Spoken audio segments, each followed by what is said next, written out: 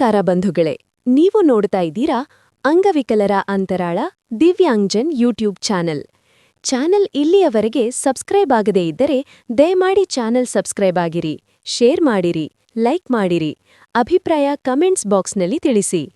Bell icon ಒತ್ತುವುದನ್ನು ತಪ್ಪದೇ ಮರೆಯದಿರಿ.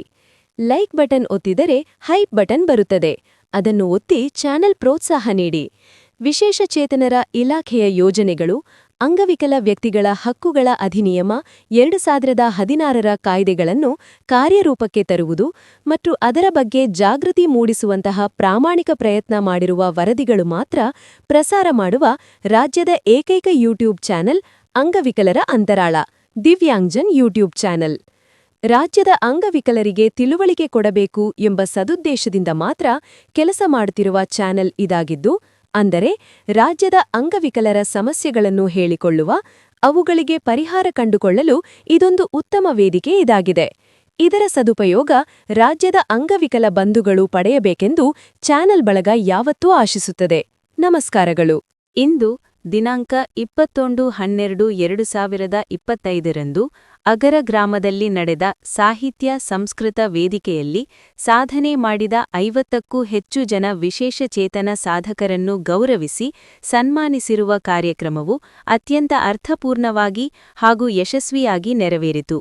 ಈ ಮಹತ್ವದ ಕಾರ್ಯಕ್ರಮಕ್ಕೆ ಮುಖ್ಯ ಅತಿಥಿಗಳಾಗಿ ಆಗಮಿಸಿದ ಜಿಲ್ಲಾ ಅಂಗವಿಕಲ ಕಲ್ಯಾಣಾಧಿಕಾರಿಗಳಾದ ಶ್ರೀ ಕೆ. ಕೃಷ್ಣಮೂರ್ತಿ ಸರ್, ಸಮಾಜ ಸೇವಕರಾದ Shri S. Hiremath sir, Shri Mallikarjun Hiremath sir, DDRC, ಮಹಿಳಾ ಕವಿಗೋಷ್ಠಿಗಳು ಹಾಗೂ ವಿಶೇಷ ಕ್ಷೇತ್ರದ ಗಣ್ಯರ ಸಮ್ಮುಖದಲ್ಲಿ ಸಂಸ್ಥೆಯ ಮುಖ್ಯಸ್ಥರಾದ ಶ್ರೀ ಸದಾಶಿವಯ್ಯ ಜರಗನಹಳ್ಳಿ ಸರ್ ಅವರ ಮಾರ್ಗದರ್ಶನದಲ್ಲಿ ಈ ಕಾರ್ಯಕ್ರಮವನ್ನು ಅದ್ಭುತವಾಗಿ ಆಯೋಜಿಸಿ ಯಶಸ್ವಿಯಾಗಿ ನೆರವೇರಿಸಿದ ಎಲ್ಲರಿಗೂ ಸಂಸ್ಥೆಯ ಪರವಾಗಿ ಹೃತ್ಪೂರ್ವಕ ಅಭಿನಂದನೆಗಳು. ವಿಶೇಷ ಚೇತನರ ಸಾಧನೆಗೆ ಗೌರವ ಸಲ್ಲಿಸುವ ಇಂತಹ ಕಾರ್ಯಕ್ರಮಗಳು ಸಮಾಜಕ್ಕೆ ಪ್ರೇರಣೆಯಾಗಲಿ, ಇನ್ನೂ ಹೆಚ್ಚಿನ ಸಾಧನೆಗಳಿಗೆ ದಾರಿದೀಪವಾಗಲಿ ಎಂದು ಹಾರೈಸುತ್ತೇವೆ. ಈ ಸನ್ಮಾನ ಕಾರ್ಯಕ್ರಮದಲ್ಲಿ ಭಾಗವಹಿಸಿದ ಎಲ್ಲರಿಗೂ ಹಾರ್ದಿಕ ಶುಭಾಶಯಗಳು. ವರದಿಯನ್ನು ಕೊಟ್ಟವರು ಮಹಾಂತಯ್ಯ ಎಸ್. ಹಿರೇಮಠ್ ಅವರು ಅಂಗವಿಕಲರ ಅಂತರಾಳ ದಿವ್ಯಾಂಗ್ಜನ್ ಯೂಟ್ಯೂಬ್ ಚಾನೆಲ್ ಜೊತೆಗೆ ಹಂಚಿಕೊಂಡಿದ್ದಾರೆ. ಧನ್ಯವಾದಗಳು. ಹಿರಿಯ ನಾಗರಿಕರಲ್ಲಿ ಆಶೀರ್ವಾದಗಳನ್ನು ಕೋರುತ್ತಾ ಈ ಒಂದು ಕಾರ್ಯಕ್ರಮದಲ್ಲಿ ನಮ್ಮ ಇಲಾಖೆಯ ಪ್ರತಿನಿಧಿಗಳನ್ನು ಕರೆಸಿ ನಾವು ಇನ್ನೂ ವಿಕಲಚೇತನರಿಗೆ ಅವರ ಸಾಧನೆಗೆ ನಾವು ಅವರಿಗೆ ಕೈ ಜೋಡಿಸ್ತೇವೆ, ಅವರ ಸಬಲೀಕರಣದ ಹತ್ರ ನಾವು ಕೂಡ ಕೈ ಜೋಡಿಸ್ತೇವೆ ಅಂತ ಈ ಒಂದು ಸಂಸ್ಥೆ ಏನು ಪಣ ತೊಟ್ಟಿದೆ, ಈ ಸಂಸ್ಥೆಗೆ ನಾನು ನಮ್ಮ ಜಿಲ್ಲಾ ಅಂಗವಿಕಲ ಕಲ್ಯಾಣಾಧಿಕಾರಿಗಳ ಕಚೇರಿ ಹಾಗೂ ವಿಕಲಚೇತನರ ಹಾಗೂ ಹಿರಿಯ ನಾಗರಿಕರ ಸಬಲೀಕರಣ ಇಲಾಖೆಯಿಂದ ಅಭಿನಂದಿಸಲಿಕ್ಕೆ ನಾನು ತುಂಬಾ ಹೆಮ್ಮೆ ಪಡ್ತಾ ಇದ್ದೇನೆ. ವಿಕಲಚೇತನರು ನಮ್ಮ ಒಂದು ಸಮಾಜದಲ್ಲಿ ಕಡಿಮೆ ಪ್ರಶಂಸೆಯನ್ನು ಹೊಂದಿರತಕ್ಕಂಥವ್ರು, ಅಂದರೆ ಕಡಿಮೆ ಅವರಿಗೆ ಪ್ರಾಧಾನ್ಯತೆಯನ್ನು ಸಿಗ್ತಾ ಇರ್ತಕ್ಕಂಥದ್ದು. ಇಂಥ ಒಂದು ಸ್ಥಿತಿನಲ್ಲಿ ಅವರನ್ನು ಕರೆಸಿ ಅವರ ಸಾಧನೆಯನ್ನು ಗುರುತಿಸಿ ಅವರನ್ನು ಸನ್ಮಾನಿಸಿರ್ತಕ್ಕಂಥ ಕೂಡ ತುಂಬ ಹೆಮ್ಮೆಯ ವಿಷಯ. ಆಕ್ಚುಲಿ ಹೇಳಬೇಕು ಅಂತಂದರೆ ವಿಕಲಚೇತನರು ಏನು ಮಾಡಿದ್ರೆ ವಿಶೇಷ ಕಣ್ರಿ, ವಿಶೇಷನೇ ಅದು. ಅವರು ಏನು ಕೈಲಾಗ್ದಲೇ ಇರ್ತಕ್ಕಂಥದ್ದು ಇರ್ಬೋದು, ಅವ್ರು ಏನೇ ಮಾಡಲಿ ಅದು ವಿಶೇಷನೇ, ಅದು ಸಾಧನೆ ಕೂಡ. ಆದರೆ ಅದನ್ನು ಗುರ್ಸ್ತಕ್ಕಂಥವ್ರು ಕಡಿಮೆ ಇದ್ದಾರೆ. ಆದರೆ ಆ ಗುರ್ಸ್ತಕ್ಕಂಥದ್ದು ಈಗ ಶುರುವಾಗಿದೆ. ಇನ್ನು ಮುಂದೆ ವಿಕಲಚೇತನರು ಯಾವುದೇ ಫೀಲ್ಡಲ್ಲಾಗಲಿ ಯಾವುದೇ ಕ್ಷೇತ್ರದಾಗಲಿ ಏನು ಬೇಕಾದ್ರೂ ಸಾಧನೆ ಮಾಡ್ತಾರೆ. ಅದನ್ನು ಆಲ್ರೆಡಿ ಸಾಧಿಸಿ ತೋರಿಸ್ತಾ ಇದ್ದಾರೆ. ಇದಕ್ಕೆ ಒಂದು ಉತ್ತಮವಾದ ನಿದರ್ಶನ ಅಂತಂದರೆ ಕಳೆದ ನವೆಂಬರ್ನಲ್ಲಿ ನಮ್ಮ ವಿಶ್ವ ಮಹಿಳೆಯರ ಅಂಧ ಕ್ರಿಕೆಟ್ 20 ಕ್ರಿಕೆಟ್ ಟೂರ್ನಿನಲ್ಲಿ ನಮ್ಮ ಭಾರತ ದೇಶ ಪ್ರಪ್ರಥಮ ಬಾರಿಗೆ ವಿಶ್ವಕಪ್ ಅನ್ನು ಎತ್ತಿ ಹಿಡಿದಿದೆ. ಈ ಒಂದು ವಿಶ್ವಕಪ್ ಎತ್ತಿ ಹಿಡಿದಿದ್ದು ನೀವು ಅನ್ಕೊಂಡಿರ್ಬೋದು ಬರೀ ಸಾಧನೆ ಅಲ್ಲ, ಅದು ವರ್ಲ್ಡ್ ರೆಕಾರ್ಡ್. ಯಾರು ಕೂಡ ಅದನ್ನು ಬೀಟ್ ಮಾಡೋಕ್ಕಾಗಲ್ಲ.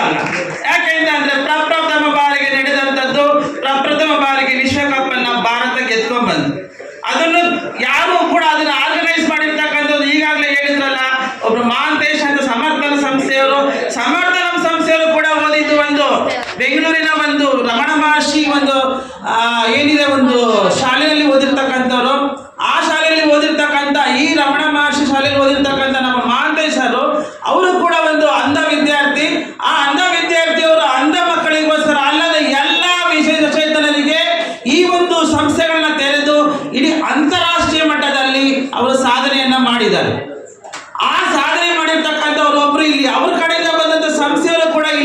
ಈ ಒಂದು ಕಾರ್ಯಕ್ರಮದಲ್ಲಿ ಪ್ರತಿನಿಧಿಸಿದ್ದಾರೆ. ಅಂದ್ರೆ ಎಲ್ಲ ಕಾರ್ಯಕ್ರಮದಲ್ಲೂ ಅವರು ಇರ್ತಾರೆ. ವಿಕಲಚೇತನರ ಒಂದು ಏನಂತ ಹೇಳ್ತೀವಲ್ಲ, ಅವರ ಸಬಲೀಕರಣಕ್ಕೋಸ್ಕರ ಅತ್ಯಂತ ಹೆಚ್ಚು ವಿಕಲಚೇತನ ವ್ಯಕ್ತಿಗಳೇ ಪ್ರಯತ್ನ ಪಟ್ಟಿದ್ದಾರೆ. ಅದರಲ್ಲಿ ಮಾತ್ರ ಎರಡಷ್ಟು ಇಲ್ಲ. ನೀವು ನಮ್ಮ ಒಂದು ಇಲಾಖೆಯ ಒಂದು ಕೆಳಗೆ ಬಂದಿರತಕ್ಕಂಥ ವಿಶೇಷ ಶಾಲೆಗಳನ್ನ ಗಮನಿಸಿದ್ರೆ, ಯಾವ ವಿಶೇಷ ಶಾಲೆಗಳನ್ನ ತೆರೆದಿದ್ದಾರೋ ಅವರು ಅವರ ಮಕ್ಕಳಿಗೋಸ್ಕರ, ಅಂದ್ರೆ ಅವರ ಮಕ್ಕಳು ವಿಶೇಷಚೇತನರಾಗಿರ್ತಾರೆ, ಅವ್ರಿಗೆ ಏನಾದರೂ ಒಂದು ಸಾಧನೆ ಮಾಡಬೇಕು, ಏನಾದರೂ ಒಂದು ಗುರುತಿಸೋ ರೀತಿಯಲ್ಲಿ ಮಾಡಬೇಕು ಅಂತ ಸಂಸ್ಥೆನ ಕಟ್ಟಿರತಕ್ಕಂಥವ್ರು ಅತ್ಯಂತ ಹೆಚ್ಚಿನ ರೀತಿಯಲ್ಲಿದ್ದಾರೆ. ಹಾಗೆ ನಮ್ಮ ಇಲಾಖೆಯಲ್ಲಿ ಸಿಗ್ತಕ್ಕಂಥ ಕಾರ್ಯಕ್ರಮಗಳ ಬಗ್ಗೆ ನಮ್ಮ ನೆಚ್ಚಿನ ಸಹೋದ್ಯೋಗಿ ಆಗಿರ್ತಕ್ಕಂಥ ಮಲ್ಲಿಕಾರ್ಜುನ್ ಹಿರೇಮಠ ಅವರು ಆಲ್ರೆಡಿ ಹೇಳಿದ್ದಾರೆ. 24/7 ನಿಮಗೆ ಯಾವುದೇ ಸಮಯದಲ್ಲಿ ಯಾವುದೇ ಸಲಕರಣೆಗಳನ್ನ, ಅದು ಹಿರಿಯ ನಾಗರಿಕರಿಗಾಗಿರ್ಲಿ ಅಥವಾ ವಿಕಲಚೇತನರಿಗಾಗಿರ್ಲಿ, ಕೊಡ್ತಕ್ಕಂಥ ಜವಾಬ್ದಾರಿ ನಮ್ದು. ಆ ಒಂದು ನಿಮಗೆ ಯಾವುದೇ ಒಂದು ಸಾಧನ ಸಲಕರಣೆಗಳು ಬೇಕಾದ್ರೆ ನನ್ನ ಫೋನ್ ನಂಬರ್ ತಗೊಳ್ಳಿ ಅಂತ ಅವರು ಕೊಟ್ಟಿದ್ದಾರೆ, ಅವ್ರದ್ದು ಅವ್ರ ನಂಬರ್ ಕೊಟ್ಟಿದ್ದಾರೆ. ಹಾಗೆ ನನ್ನ ನಂಬರ್ ಕೂಡ ಕೊಡ್ತೀನಿ. ಯಾವುದೇ ವಿಕಲಚೇತನರಿಗೆ ಯಾವುದೇ ಸಮಯದಲ್ಲಿ ಏನೇ ಅವರಿಗೆ ಸಹಾಯ ಬೇಕಂತಂದ್ರೆ ನನ್ನ ಒಂದು ದೂರವಾಣಿ ಕರೆಗೆ ಫೋನ್ ಮಾಡಿ. ಆ ಒಂದು ದೂರವಾಣಿ ಸೇವೆಯಲ್ಲಿ ನಾನು ಸಿಕ್ಕಿಲ್ಲ ಅಂತಂದ್ರೆ, ಸಪೋಸ್ ನಾನು ಮೀಟಿಂಗಲ್ಲಿ ಇದ್ರೆ ಅಷ್ಟೇ, ನಾನು ತೆಗೆದಿರೋದಿಲ್ಲ, ಆದರೆ ಆ ನಂತರ ಒಂದು ಮೆಸೇಜ್ ಮಾಡಿ ನಾನು ರಿಪ್ಲೈ ಮಾಡ್ತೇನೆ. ಇಲ್ಲಿರ್ತಕ್ಕಂಥಲ್ಲಿ ಒಂದು ವಿಶೇಷವಾಗಿ ನಾನು ಮನವಿ ಏನು ಹೇಳ್ತಾ ಇದ್ದೇನೆ ಅಂತಂದ್ರೆ, ಸರ್ಕಾರದಿಂದ ವಿಕಲಚೇತನರಿಗೆ, ಮಹಿಳೆಯರಿಗೆ ಮತ್ತು ಹಿರಿಯ ನಾಗರಿಕರಿಗೆ ಉಚಿತ ಕಾನೂನು ನೆರವಿದೆ. ಸುಮಾರು ಜನಗಳಿಗೆ ಗೊತ್ತಿದೆಯೋ ಇಲ್ಲೋ, ನಾನು ಏನು ಹೇಳ್ತಾ ಇದ್ದೀನಿ, ಮಹಿಳೆಯರಿಗೆ, ವಿಕಲಚೇತನರಿಗೆ ಹಾಗೂ ಹಿರಿಯ ನಾಗರಿಕರಿಗೆ ಸರ್ಕಾರ ನಿಮಗೇನಾದರೂ ಆಸ್ತಿ ವಿಚಾರದಲ್ಲಿ ಆಗಿರಲಿ, ಯಾವುದೇ ತಮ್ಮ ಹಕ್ಕುಗಳ ವಿಚಾರದಲ್ಲಾಗಲಿ ಏನಾದರೂ ತೊಂದರೆ ಆಗಿದ್ದಲ್ಲಿ ತಮ್ಮ ಪರವಾಗಿ ನಿಂತು ವಾದ ಮಾಡ್ತಕ್ಕಂಥ ಒಬ್ಬ ವಕೀಲರನ್ನ ಸರ್ಕಾರ ಉಚಿತವಾಗಿ ಕೊಡ್ತದೆ. ಈ ಒಂದು ಸೌಲಭ್ಯಗಳನ್ನ ಎಲ್ಲ ಉಪಯೋಗಿಸ್ಕೊಳ್ಳಿ ಅಂತ ನಾನು ಈ ಒಂದು ಕಾರ್ಯಕ್ರಮದಲ್ಲಿ ಮನವಿ ಮಾಡ್ತಾ ಇದ್ದೇನೆ. ಹಾಗೆ ಹಿರಿಯ ನಾಗರಿಕರಿಗೆ ನೋಡಿ, ನಾವು ಕೂಡ ಮುಂದೆ ನಾನು ಹಿರಿಯ ನಾಗರಿಕರು ಆಗೋದೆ. ಯಾವುದೇ ಒಬ್ಬ ವ್ಯಕ್ತಿ ಹುಟ್ಟಿದ ಮೇಲೆ ಅವರು ಹಿರಿಯ ನಾಗರಿಕರು ಆಗೇ ಆಗ್ತಾರೆ. ಆದರೆ ಹಿರಿಯ ನಾಗರಿಕರಿಗೆ ಸಿಗ್ತಿರ್ತಕ್ಕಂಥ ಒಂದು ಏನಿದೆ ಒಂದು ಗೌರವ ತುಂಬಾ ಕಡಿಮೆ ಆಗ್ತಾ ಇದೆ. ದಯವಿಟ್ಟು ಈಗ ನೀವೆಲ್ಲ ಯೋಚನೆ ಮಾಡಬೇಕು.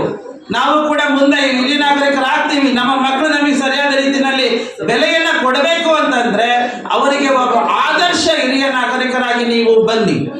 ಅವರಿಗೆ ಹಿರಿಯರ ಮಹತ್ವವನ್ನು ತಿಳಿಸಿ. ಹಿರಿಯರ ಮಹತ್ವವನ್ನು ತಿಳಿಸ್ಬೇಕು ಅಂತಂದ್ರೆ ನೀವೇನು ಹೇಳೋದು ಬೇಕಾಗಿಲ್ಲ. ತಾವೇನಿದ್ದೀರ, ತಮಗೆ ಹಿರಿಯರು ಏನಿದ್ದಾರೆ ಅವರಿಗೆ ತಾವೇನು ಗೌರವಗಳನ್ನ ಕೊಡ್ತೀರಾ ಅದನ್ನ ಈಗ ಏನಿದ್ದೀರಾ ಅಟ್ ಪ್ರೆಸೆಂಟ್ ನಮ್ಮ ಜನರೇಷನ್ ಏನಿದೆ, ನಮ್ಮ ಜನರೇಷನ್